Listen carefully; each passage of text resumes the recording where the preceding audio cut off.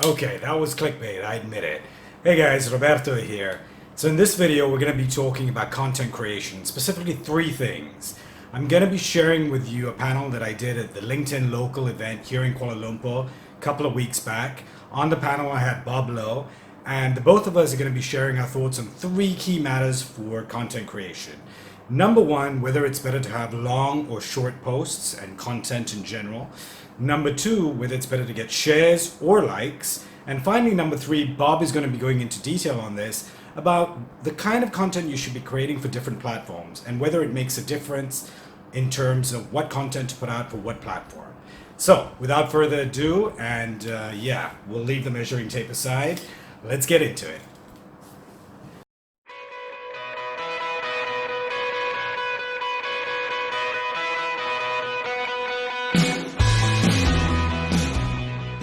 Absolutely, and it just comes down to human nature, right? And the fact that we're inundated with so much content. So we're constantly on our phones, we're constantly scrolling through some social network or another, and our attention spans have just narrowed right down, right? So it's far easier to just quickly look at a picture and give it a quick like, than click on a link and have to download some white paper and read the whole white paper, right? So in terms of popularity of content, definitely quick, easy to consume, easy to digest stuff is going to be more popular. But that doesn't necessarily mean that's what's going to translate to business, right? Because 3,000 people may, like the Tawau picture.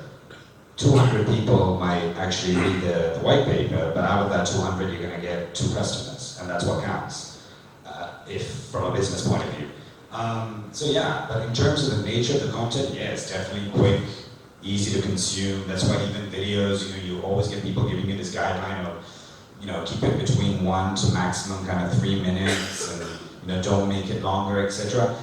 And yes, as general guidelines, that's probably the way to start, especially when you're starting and you're trying to build an audience. There's no point putting out like super long content immediately. But ultimately do what you feel happy with. You know what I mean? If you want to be known as the person who puts out ultra detailed content, you may never be Mr. Popular, but you're going to be damn well known for, wow, this guy really knows his stuff, and not just at a superficial level. Going back to also Neil Patel, which we were bringing up earlier, that's also how he started, right? He's known for these super long, detailed posts, right? But people, over time, I'm sure at the beginning people weren't automatically reading it and going through the whole thing. But just the fact that he's going into such detail, even if people give it a quick browse, they're like, oh yeah, he must know his stuff, right? Because he's written such a long thing. So, yeah, short is always easy to consume, quick like, but long may be better for your business. More detail may be better to establish yourself as an expert. Can I ask you what's better, shares or likes?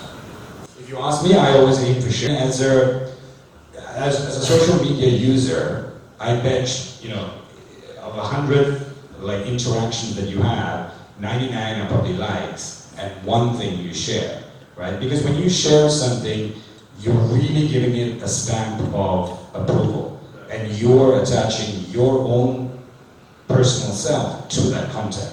So it's far more valuable, in my opinion, to get a share from someone than to get a like. Yeah, no, I agree. Yeah. I tend to measure it by shares, not... Absolutely, but they're hard to get, I want to give my feedback in terms of digital marketing for that as well. It depends on the context of the room. So for LinkedIn, it's a feed-based media. So you're traveling through the feed, scrolling up and down. So whatever captures the attention when you're scrolling actually wins. Whether it's a picture or a short video, it wins. But when you're on YouTube, which is a channel subscription-based media, if you give a webinar of dissecting the information for 20 minutes, then it works. But that wouldn't work on LinkedIn. So it depends on the context of the room. If you're on Twitter, where it's links, short text links, and then that link might work. But like Roberto said, the 5 people that read your long article, the 5 people becomes your business, but the 200 people who like the photo might not be. So be wary of the context of the room. So you're posting on Instagram always goes with pictures and videos, or your LinkedIn is videos.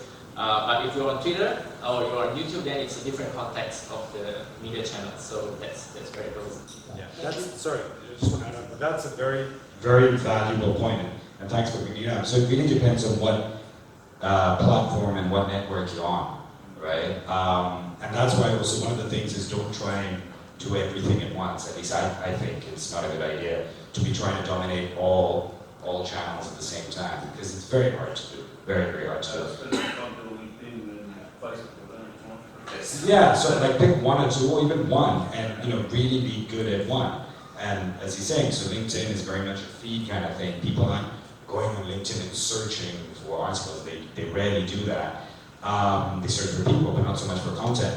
So you need to just capture their attention as they scroll. But as opposed to if you want to dominate YouTube, for example, people search on YouTube. Yeah, sure, they also just browse stuff, but you will get people searching for stuff. How to make a carpet. Somebody's going to type that in. And if your video pops up, then it can be long as hell. And the more detailed it is, the better it is, rather than just a quick superficial stuff, right? But on LinkedIn, it's probably better to keep it kind of brief and easy to consume.